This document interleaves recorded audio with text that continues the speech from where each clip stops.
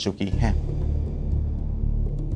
Pakistani ISI चुपके से इन तमाम तैयारियों पर नजर रखे हुए थी। ये सब देखकर पाकिस्तान को इस बात का अंदाजा हो गया था कि अमेरिका के मना करने के बावजूद इंडिया और इसराइल अपने नापाक अज़ाइम से बाज नहीं आएंगे। इसलिए पाकिस्तानी हुकूमत ने एक बार फिर से इस सब का निहायत अक्लमंदाना हल निकाला। इस बार पाकिस्तान ने फौरन चाइना से राब्ता किया। पाकिस्तान ने अपने दोस्त चाइना को एतमाद में लिया और बता दिया कि अगर कहूटा पर कोई भी हमला हुआ तो पाकिस्तान जवाबन फौरन इंडिया और इसराइल पर हमला कर देगा। यहाँ पर चाइना ने इस मसले का हल निकालने के लिए खुलकर पाकिस्तान का साथ देने का फैसला किया। हुआ कुछ ऐसा कि इस सब के 3 दिन बाद चाइना के अंदर लॉपनूर के मकाम पर एक न्यूक्लियर बॉम्ब का तजर्बा किया गया। चाइना का अपनी सरजमीन पर कोई न्यूक्लियर तजर्बा करना उस वक्त बड़ी बात नहीं समझी जाती थी, क्योंकि चाइना पहले ही न्यूक्लियर ताकत बन चुका था। मगर अगले दिन के अखबारों में इस चाइनीज न्यूक्लियर तजर्बे की ऑब्जर्वेशन साइट की तस्वीर शाया हुई, और ये तस्वीर थी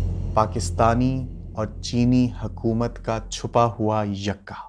इन तस्वीर में उस चाइनीज न्यूक्लियर तजर्बे की ऑब्जर्वेशन साइट पर चाइना के साइंसदानों के साथ साथ कुछ पाकिस्तानी और पाकिस्तान के वजीर खारजा भी खड़े नजर आए। शो ऑफ पावर के लिहाज से देखा जाए तो पाकिस्तानी फॉरेन मिनिस्टर का खुद इस चाइनीज धमाके को सामने खड़े होकर देखना चाइना की तरफ से इंडिया और इसराइल के लिए खुला पैगाम था कि चाइना पाकिस्तान के साथ खड़ा है। इन ममालिक को अब अच्छी तरह पता चल गया कि अगर पाकिस्तान पर कोई भी हमला हुआ तो चाइना पाकिस्तान के साथ मिलकर इसका जवाब देगा। मगर डिप्लोमेसी से हटकर मैं आपको आज इस वाक़े की वो सच्चाई बताता हूँ जिसे मगरबी और इंडियन तारीखदान भी सही मानते हैं। पाकिस्तान ऑफिशियल तौर पर यह बात नहीं मानता, मगर चाइना में किया गया ये एटम बॉम्ब का टेस्ट कोई चाइनीज बॉम्ब का टेस्ट नहीं था, बल्कि दरअसल ये पाकिस्तान के अपने बनाए हुए एटम बॉम्ब का